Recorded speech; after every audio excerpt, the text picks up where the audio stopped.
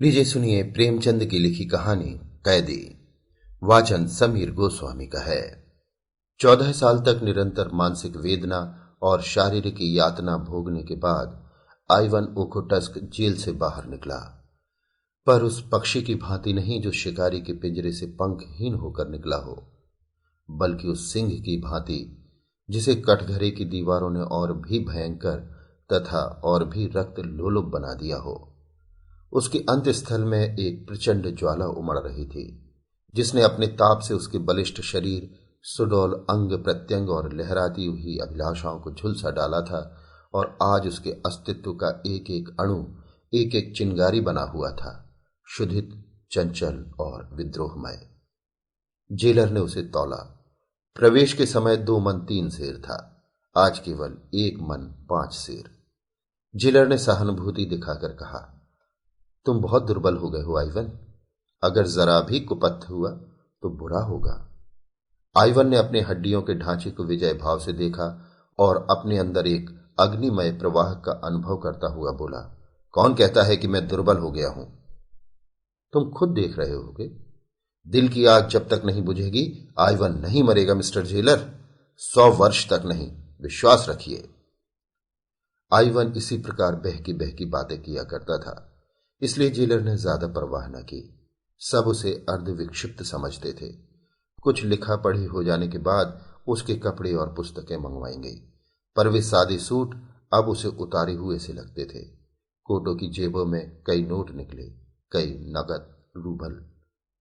उसने सब कुछ वहीं जेल के वार्डरों और निम्न कर्मचारियों को दे दिया, मानो उसे कोई राज्य मिल गया है। जेलर ने कहा, यह नहीं हो सकता आइवन, तुम सरकारी आदमियों को रिश्वत नहीं दे सकते। आइवन साधु भाव से हंसा, यह रिश्वत नहीं है मिस्टर जेलर। इन्हें रिश्वत देकर अब मुझे इनसे क्या लेना देना है? अब ये अप्रसन्न होकर मेरा क्या बिगाड़ लेंगे और प्रसन्न होकर मुझे क्या देंगे? ये उन कृपाओं को धन्यवाद है जिनके बिना 14 साल तो क्या, मेरा यहां 14 घंटे रहना असह्य हो जाता। जब वो जेल के फाटक से निकला तो जेलर और सारे अन्य कर्मचारी उसके पीछे उसे मोटर तक पहुंचाने चले। 15 साल पहले आइवन मास्को के संपन्न और संभ्रांत कुल का दीपक था। उसने विद्यालय में ऊंची शिक्षा पाई थी, खेल में अभ्यस्त था, निर्भीक था, उदार और सहृदय था। दिल आईने की भांति निर्मल, शील का पुतला, दुर्बलों की रक्षा के लिए जान पर खेलने वाला, जिसकी हिम्मत संकट के सामने नंगी तलवार हो जाती थी। उसके साथ एक हेलेन नाम की युवती पढ़ती थी, जिस पर विद्यालय के सारे युवक प्राण देते थे।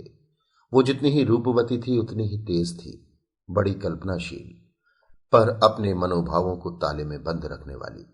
आइवन में क्या देखकर वो उसकी ओर आकर्षित हो गई, ये कहना कठिन है। दोनों में लेश मात्र भी सामंजस्य न था। आइवन सैर और शराब का प्रेमी था, हेलेन कविता एवं संगीत और नृत्य पर जान देती थी। आइवन की निगाह में रुपए केवल इसलिए थे कि दोनों हाथों से उड़ाए। हेलेन अत्यंत कृपण। आइवन को लेक्चर हॉल कारागार सा लगता था। हेलेन इस सागर की मछली थी, पर कदाचित ये विभिन्नता ही उनमें स्वाभाविक आकर्षण बन गई, जिसने अंत में विकल प्रेम का रूप लिया। आइवन ने उससे विवाह का प्रस्ताव किया और उसने स्वीकार कर लिया, और दोनों किसी शुभ मुहूर्त में पाणी ग्रहण करके सुहागरात बिताने के लिए किसी पहाड़ी जगह में जाने के मंसूबे बांध रहे थे कि सहसा राजनीतिक संग्राम ने उन्हें अपनी ओर खींच लिया। हेलेन पहले से ही राष्ट्रवादियों की ओर झुकी हुई थी। आइवन भी उसी रंग में रंग उठा। खानदान का रईस था, उसके लिए प्रजा पक्ष लेना एक महान तपस्या थी। इसलिए जब कभी वो संग्राम में हताश हो जाता तो हेलेन उसको हिम्मत बंधाती और आइवन उसके साहस और अनुराग से प्रभावित होकर अपनी दुर्बलता पर लज्जित हो जाता। इन्हीं दिनों उक्रेन प्रांत की सूबेदारी पर रोमनाफ नाम का एक गवर्नर नियुक्त होकर आया, बड़ा ही कट्टर, राष्ट्रवादियों का जानी दुश्मन। दिन में 2-4 विद्रोहियों को जब तक जेल न भेज लेता उसे चैन न आता। आते ही उसने कई संपादकों पर राजद्रोह का अभियोग चलाकर उन्हें साइबेरिया भिजवा दिया। कृषकों की सभाएं तोड़ दी, नगर की म्यूनिसिपैलिटी तोड़ दी, और जब जनता ने अपना रोष प्रकट करने के लिए जलसे किए तो पुलिस से भीड़ पर गोलियां चलवाईं, जिससे कई बेगुनाह की जानें गईं। मार्शल लॉ जारी कर दिया गया। सारे नगर में हाहाकार मच गया। लोग मारे डर के घरों से न निकलते थे, क्योंकि पुलिस हर एक की तलाशी लेती थी और उसे पीटती थी। हेलन ने कठोर मुद्रा से कहा, यह अंधेर तो अब नहीं देखा जाता आइवन, इसका कुछ उपाय होना चाहिए। आइवन ने प्रश्न की आंखों से देखा। उपाय? हम क्या कर सकते हैं? हेलेन ने उसकी जड़ता पर खिन्न होकर कहा, तुम कहते हो हम क्या कर सकते हैं? मैं कहती हूं हम सब कुछ कर सकते हैं। मैं इन्हीं हाथों से उसका अंत कर दूंगी। आइवन ने विस्मय से उसकी ओर देखा। तुम समझती हो उसे कत्ल करना आसान है? वो कभी खुली गाड़ी में नहीं निकलता। उसके आगे पीछे सशस्त्र सवारों का एक दल हमेशा रहता है। रेलगाड़ी में भी वो रिजर्व डिब्बों में ही सफर करता है। मुझे तो असंभव लगता है हेलेन, बिल्कुल असंभव। हेलेन कई मिनटों तक चाय बनाती रही। फिर 2 प्याली मेज पर रखकर उसने प्याला मुंह में लगाया और धीरे धीरे पीने लगी। वो किसी विचार में तन्मय हो रही थी। सहसा उसने प्याला मेज पर रख दिया और बड़ी बड़ी आंखों में तेज भरकर बोली, ये सब कुछ होते हुए भी मैं उसे कत्ल कर सकती हूं आइवन। आदमी एक बार अपनी जान पर खेलकर सब कुछ कर सकता है। जानते हो मैं क्या करूंगी?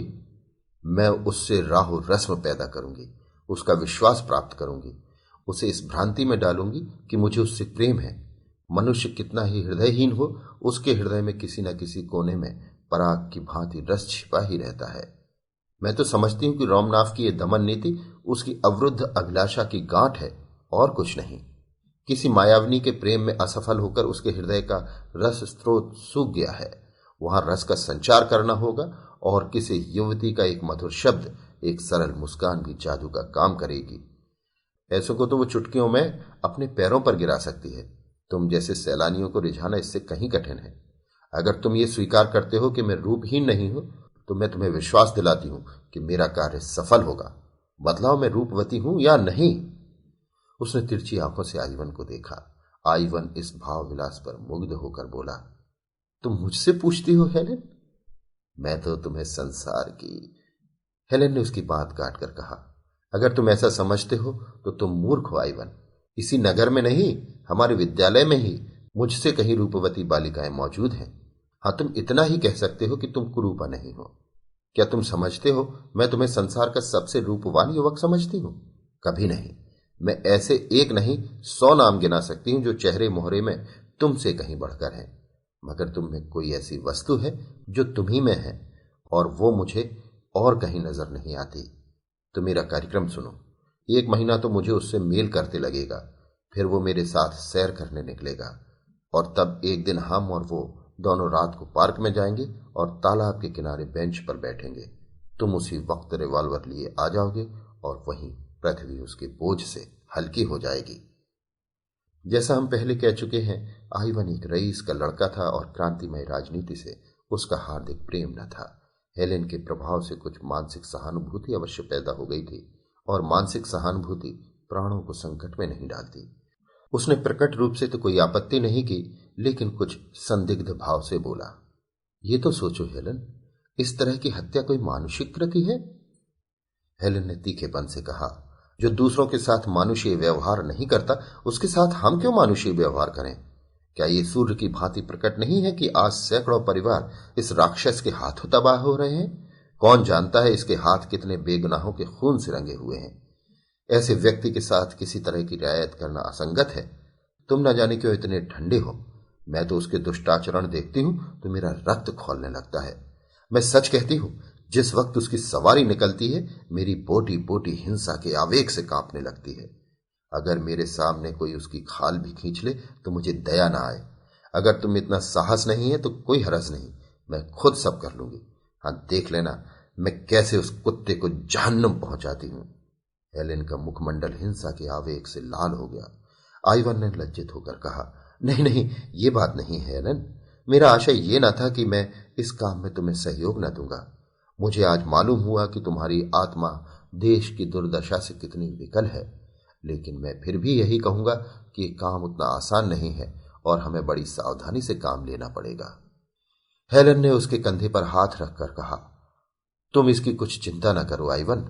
संसार में मेरे लिए जो वस्तु सबसे प्यारी है उसे दांव पर रखते हुए क्या मैं सावधानी से काम न लूंगी? लेकिन तुमसे एक याचना करती हूं, अगर इस बीच में मैं कोई ऐसा काम करूं जो तुम्हें बुरा मालूम हो तो तुम मुझे क्षमा करोगे ना? आइवन ने विस्मय भरी आंखों से हेलेन के मुख की ओर देखा। उसका आशय उसकी समझ में न आया। हेलेन डरी। आइवन कोई नई आपत्ति तो नहीं खड़ी करना चाहता। आश्वासन के लिए अपने मुख को उसके आतुर अधरों के समीप ले जाकर बोली, प्रेम का अभिनय करने में मुझे वो सब कुछ करना पड़ेगा जिस पर एकमात्र तुम्हारा ही अधिकार है। डरती हूं कहीं तुम मुझ पर संदेह न करने लगो। आइवन ने उसे करपाश में लेकर कहा, यह असंभव है हेलन। विश्वास प्रेम की पहली सीढ़ी है। अंतिम शब्द कहते कहते उसकी आंखें झुक गईं। इन शब्दों में उदारता का जो आदर्श था वो उस पर पूरा उतरेगा या नहीं, वो यही सोचने लगा। इसके 3 दिन बाद नाटक का सूत्रपात हुआ। हेलेन अपने ऊपर पुलिस के निराधार संदेह की फरियाद लेकर रोमनाफ से मिली और उसे विश्वास दिलाया कि पुलिस के अधिकारी उससे केवल इसलिए असंतुष्ट हैं कि वो उनके कलुषित प्रस्तावों को ठुकरा रही है। ये सत्य है कि विद्यालय में उसकी संगति कुछ उग्र युवकों से हो गई थी, पर विद्यालय से निकलने के बाद उसका उनसे कोई संबंध नहीं है। रोमनाथ जितना चतुर था उससे कहीं चतुर अपने को समझता था। अपने 10 साल के अधिकारी जीवन में उसे किसी ऐसी रमणी से साबिका न पड़ा था जिसने उसके ऊपर इतना विश्वास करके अपने को उसकी दया पर छोड़ दिया हो। किसी धन लोलुप की भांति सहसा ये धनराशि देखकर उसकी आंखों पर पर्दा पड़ गया। अपनी समझ में तो वो हेलेन से उग्र युवकों के विषय में ऐसी बहुत सी बातों का पता लगाकर फूला न समाया जो खुफिया पुलिस वालों को बहुत सिर मारने पर भी ज्ञात न हो सकी थी। पर इन बातों में मिथ्या का कितना मिश्रण है ये वो न भाप सका। इस आध घंटे में एक युवती ने एक अनुभवी अफसर को अपने रूप की मदिरा से उन्मत्त कर दिया था। जब हेलेन चलने लगी तो रोमनाथ ने कुर्सी पर खड़े होकर कहा, मुझे आशा है ये हमारी आखिरी मुलाकात न होगी। हेलेन ने हाथ बढ़ाकर कहा, हुजूर ने जिस सौजन्य से मेरी विपत्ति कथा सुनी है उसके लिए मैं आपको धन्यवाद देती हूं। कल आप तीसरे पहर यहीं चाय पिए? रक्त जब्त बढ़ने लगा। हेलेन आकर रोज की बातें आइवन से कह सुनाती। रोमनाथ वास्तव में जितना बदनाम है उतना बुरा नहीं। वो बड़ा रसिक संगीत और कला का प्रेमी और शील तथा विनय की मूर्ति है। इन थोड़े ही दिनों में हेलेन से उसकी घनिष्ठता हो गई है और किसी अज्ञात रीति से नगर में पुलिस का अत्याचार कम होने लगा। अंत में वो निश्चित तिथि आई। आइवन और हेलेन दिन भर बैठे बैठे इसी प्रश्न पर विचार करते रहे। आइवन का मन आज बहुत चंचल हो रहा था। वो कभी अकारण ही हंसने लगता, कभी अनायास से रो पड़ता। शंका, प्रतीक्षा और किसी अज्ञात चिंता ने उसके मनोसागर को इतना अशांत कर दिया था कि उसमें भावों की नौकाएं डगमगा रही थीं। न मार्ग का पता था न दिशा का। हेलेन भी आज बहुत चिंतित और गंभीर थी। आज के लिए उसने पहले ही से सजीले वस्त्र बनवा रखे थे। रूप को अलंकृत करने के न जाने किन किन विधानों का प्रयोग कर रही थी, पर इसमें किसी भी योद्धा का उत्साह नहीं, कायर का कंपन था। सहसा आइवन ने आंखों में आंसू भरकर कहा, तुम आज इतनी मायावनी हो गई हो हेलेन कि मुझे न जाने क्यों तुमसे भय हो रहा है। हेलेन मुस्कुराई। उस मुस्कान में करुणा भरी हुई थी। मनुष्य को कभी कभी कितने ही अप्रिय कर्तव्यों का पालन करना पड़ता है आइवन। आज मैं सुधा से विष का काम लेने जा रही हूं। अलंकार का ऐसा दुरुपयोग तुमने कहीं और देखा है? आइवन उड़े हुए मन से बोला, इसी को राष्ट्र जीवन कहते हैं। हेलेन ने जवाब दिया, यह राष्ट्र जीवन नहीं है, ये नरक है। आइवन ने फिर कहा, मगर संसार में अभी कुछ दिन और इसकी जरूरत रहेगी। हेलेन ने फिर कहा, यह अवस्था जितनी जल्द बदल जाए उतना ही अच्छा। पासा पलट चुका था। आइवन ने गर्म होकर कहा, अत्याचारियों को इस संसार में फलने फूलने दिया जाए जिससे एक दिन इनके कांटों के मारे पृथ्वी पर कहीं पांव रखने की जगह न रहे। हेलेन ने कोई जवाब न दिया, पर उसके मन में जो अवसाद उत्पन्न हो गया था वो उसके मुख पर झलक रहा था। राष्ट्र उसकी दृष्टि में सर्वोपरि था। उसके सामने व्यक्तित्व का कोई मूल्य न था। अगर इस समय उसका मन किसी कारण से दुर्बल भी हो गया था तो उसे खोल देने का उसमें साहस न था। दोनों गले मिलकर विदा हुए। कौन जाने ये अंतिम दर्शन हो। दोनों के दिल भारी थे और आंखें सजल। आइवन ने उत्साह के साथ कहा, मैं ठीक समय पर आ जाऊंगा। हेलेन ने कोई जवाब न दिया। आइवन ने फिर सानुरोध कहा, खुदा के लिए मेरे लिए दुआ करना हेलेन। हेलेन ने जैसे रोते हुए गले से कहा, मुझे खुदा पर भरोसा नहीं है। मुझे तो है। कब से? जब से मेरी मौत मेरी आंखों के सामने खड़ी हो गई। वो वेग के साथ चला गया। संध्या हो गई थी और 2 घंटे बाद ही उस कठिन परीक्षा का समय आ जाएगा जिससे उसके प्राण कांप रहे थे। वो कहीं एकांत में बैठकर सोचना चाहता था। आज उसे ज्ञात हो रहा था कि वो स्वाधीन नहीं है। बड़ी मोटी जंजीर उसके एक एक अंग को जकड़े हुए थी। इन्हें वो कैसे तोड़े? 10 बज गए थे। हेलेन और रामनाथ पार्क के एक कुंज में बेंचों पर बैठे हुए थे। तेज बर्फीली हवा चल रही थी। चांद किसी क्षीण आशा की भांति बादलों में छिपा हुआ था। हेलेन ने इधर उधर सशंक नेत्रों से देखकर कहा, अब तो देर हो गई, यहां से चलना चाहिए। रामनाथ ने बेंच पर पांव फैलाते हुए कहा, अभी तो ऐसी देर नहीं हुई है हेलेन। कोई नहीं कह सकता जीवन की यह क्षण स्वप्न है या सत्य, लेकिन सत्य भी है तो स्वप्न से अधिक मधुर, और स्वप्न भी है तो सत्य से अधिक उज्जवल। हेलेन बेचैन होकर उठी और रामनाथ का हाथ पकड़कर बोली, मेरा जी आज कुछ चंचल हो रहा है, सिर में चक्कर सा आ रहा है, चलो मुझे मेरे घर पहुंचा दो। रामनाथ ने उसका हाथ पकड़कर अपनी बगल में बैठाते हुए कहा, लेकिन मैंने मोटर तो 11 बजे बुलाई है। हेलेन के मुख से एक चीख निकल गई, 11 बजे? हाँ, अब 11 बजने ही वाले हैं। आओ, तब तक और कुछ बातें हों। रात तो काली बलासी मालूम होती है। जितनी ही देर उसे दूर रख सकूं उतना ही अच्छा। मैं तो समझता हूं उस दिन तो मेरे सौभाग्य की देवी बनकर आई थी हेलेन, नहीं तो अब तक मैंने न जाने क्या क्या अत्याचार किए होते। इस उदार नीति ने वातावरण में जो शुभ परिवर्तन कर दिया, उस पर मुझे स्वयं आश्चर्य हो रहा है। महीनों के दमन ने जो कुछ न कर पाया, वो दिनों के आश्वासन ने पूरा कर दिखाया है, और इसके लिए मैं तुम्हारा ऋणी हूं हेलेन, केवल तुम्हारा। पर खेद यही है कि हमारी सरकार दया करना नहीं जानती, केवल मारना जानती है। जार के मंत्रियों में अभी से मेरे विषय में संदेह होने लगा है, और मुझे यहां से हटाने का प्रश्न हो रहा है। सहसा टार्च का चकाचौंध पैदा करने वाला प्रकाश बिजली की भांति चमक उठा और रिवॉल्वर छूटने की आवाज आई। उसी वक्त रामनाथ ने उछलकर आइवन को पकड़ लिया और चिल्लाया, पकड़ो पकड़ो, खून! हेलेन, हेलेन, तुम यहां से भागो! पार्क में कई संतरी थे, चारों ओर से दौड़ पड़े। आइवन गिर गया। एक क्षण में न जाने कहां से टाउन पुलिस, सशस्त्र पुलिस, गुप्त पुलिस और सवार पुलिस के जत्थे आ पहुंचे। आइवन गिरफ्तार हो गया। रामनाथ ने हेलेन से हाथ मिलाकर संदेह के स्वर में कहा, यह आइवन तो वही युवक है जो तुम्हारे साथ विद्यालय में था? हेलेन ने क्षुब्ध होकर कहा, हाँ है, लेकिन मुझे इसका जरा भी अनुमान न था कि वो क्रांतिकारी हो गया है। गोली मेरे सर पर सन्न सन्न करती हुई निकल गई। हे ईश्वर, मैंने दूसरा फायर करने का अवसर ही न दिया। मुझे इस युवक की दशा पर दुख हो रहा है हेलेन। ये अभागे समझते हैं कि इन हत्याओं से वे देश का उद्धार कर लेंगे। अगर मैं मर ही जाता तो क्या मेरी जगह कोई मुझसे भी ज्यादा कठोर मनुष्य न आता? लेकिन मुझे जरा भी क्रोध, दुख या भय नहीं है हेलेन, तो बिल्कुल चिंता न करना। चलो मैं तुम्हें पहुंचा दूं।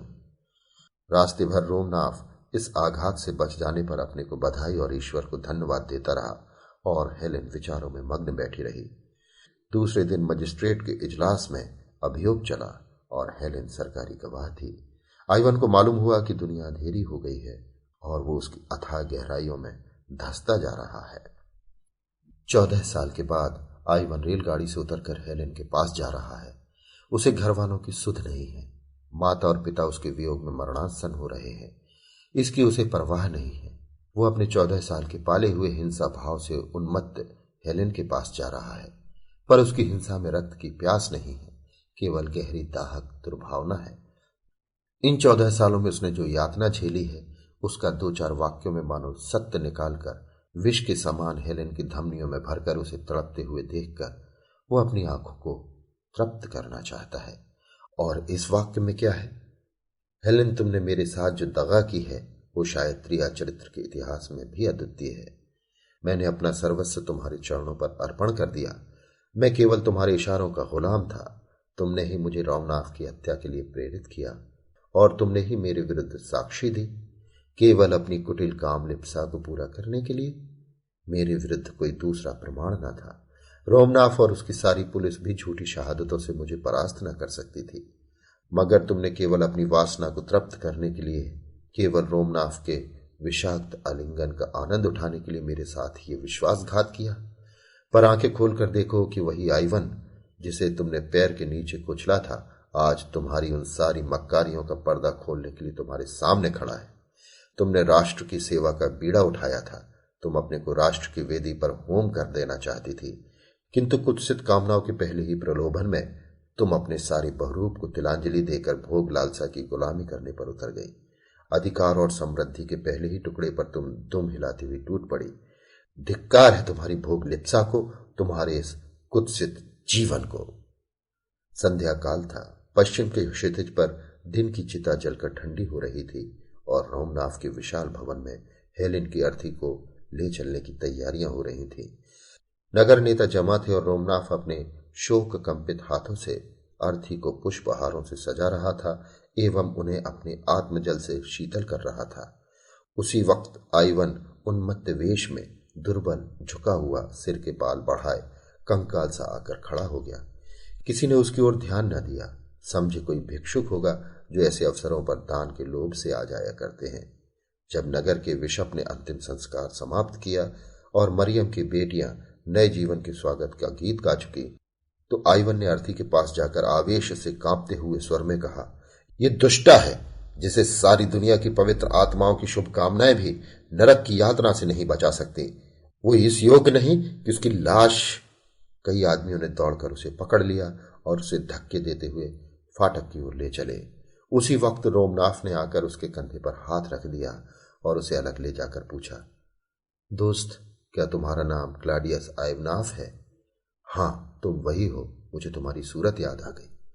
मुझे सब कुछ मालूम है, रत्ती रत्ती मालूम है। हेलेन ने मुझसे कोई बात नहीं छिपाई। अब वो इस संसार में नहीं है। मैं झूठ बोलकर उसकी कोई सेवा नहीं कर सकता। तुम उस पर कठोर शब्दों का प्रहार करो या कठोर आघातों का, वो समान रूप से शांत रहेगी, लेकिन अंत समय तक वो तुम्हारी याद करती रहेगी। उस प्रसंग की स्मृति उसे सदैव रुलाती रहती थी। उसके जीवन की ये सबसे बड़ी कामना थी कि तुम्हारे सामने घुटने टेक कर क्षमा की याचना करे। मरते मरते उसने ये वसीयत की कि जिस तरह भी हो सके उसकी ये विनय तुम तक पहुंचाऊं कि वो तुम्हारी अपराधनी है और तुमसे क्षमा चाहती है। क्या तुम समझते हो, जब वो तुम्हारे सामने आंखों में आंसू भरे आती तो तुम्हारा हृदय पत्थर होने पर भी न पिघल जाता? क्या इस समय भी वो तुम्हें दीन याचना की प्रतिमा सी खड़ी नहीं दिखती? जरा चलकर उसका मुस्कुराता हुआ चेहरा देखो। मोशियो आइवन, तुम्हारा मन अब भी उसका चुंबन लेने के लिए विकल हो जाएगा। मुझे जरा भी ईर्ष्या न होगी। उन फूलों की सेज पर लेटी हुई वो ऐसी लग रही है मानो फूलों की रानी हो। जीवन में उसकी एक ही अभिलाषा अपूर्ण रह गई आइवन, वो तुम्हारी क्षमा है। प्रेमी हृदय बड़ा उदार होता है आइवन, वो क्षमा और दया का सागर होता है। ईर्ष्या और दंभ के गंदे नाले उसमें मिलकर उतने ही विशाल और पवित्र हो जाते हैं। जिसे एक बार तुमने प्यार किया उसकी अंतिम अभिलाषा की तुम उपेक्षा नहीं कर सकते। उसने आइवन का हाथ पकड़ा और सैकड़ों कौतूहल नेत्रों के सामने उसे लिए हुए अर्थी के पास आया और ताबूत का ऊपरी तख्ता हटाकर हेलेन का शांत मुखमंडल उसे दिखा दिया। उस निस्पंद निश्चेष्ट निर्विकार छवि को मृत्यु ने एक गरिमा से प्रदान कर दी थी, मानो स्वर्ग की सारी विभूतियां उसका स्वागत कर रही हैं। आइवन की कुटिल आंखों में एक दिव्य ज्योति सी चमक उठी और वो दृश्य सामने खिंच गया जब उसने हेलेन को प्रेम से आलिंगित किया था और अपने हृदय के सारे अनुराग और उल्लास को पुष्पों में गूंथकर उसके गले में डाला था। उसे जान पड़ा ये सब कुछ जो उसके सामने हो रहा है स्वप्न है, और एकाएक उसकी आंखें खुल गई हैं और वो उसी भांति हेलेन को अपनी छाती से लगाए हुए है। उस आत्मानंद के एक क्षण के लिए क्या वो फिर 14 साल का कारावास झेलने के लिए न तैयार हो जाएगा? क्या अब भी उसके जीवन की सबसे सुखद घड़ियां वही न थीं जो हेलेन के साथ गुजरी थी? और क्या उन घड़ियों के अनुपम आनंद को वो इन 14 सालों में भी भूल सका था? उसने ताबूत के पास बैठकर श्रद्धा से कांपते हुए कंठ से प्रार्थना की, ईश्वर तो मेरी प्राणों से प्रिय हेलेन को अपनी क्षमा के दामन में ले। और जब वो ताबूत कंधे पर लिए चला तो उसकी आत्मा लज्जित थी अपनी संकीर्णता पर, अपनी उद्विग्नता पर, अपनी नीचता पर। और जब ताबूत कब्र में रख दिया गया तो वहां बैठकर न जाने कब तक रोता रहा। दूसरे दिन रोमनाथ जब फातिहा पढ़ने आया तो देखा आइवन सजदे में सिर झुकाए हुए है और उसकी आत्मा स्वर्ग को प्रयाण कर चुकी है। अभी आप सुन रहे थे प्रेमचंद की लिखी कहानी कैदी। वाचन समीर गोस्वामी का था।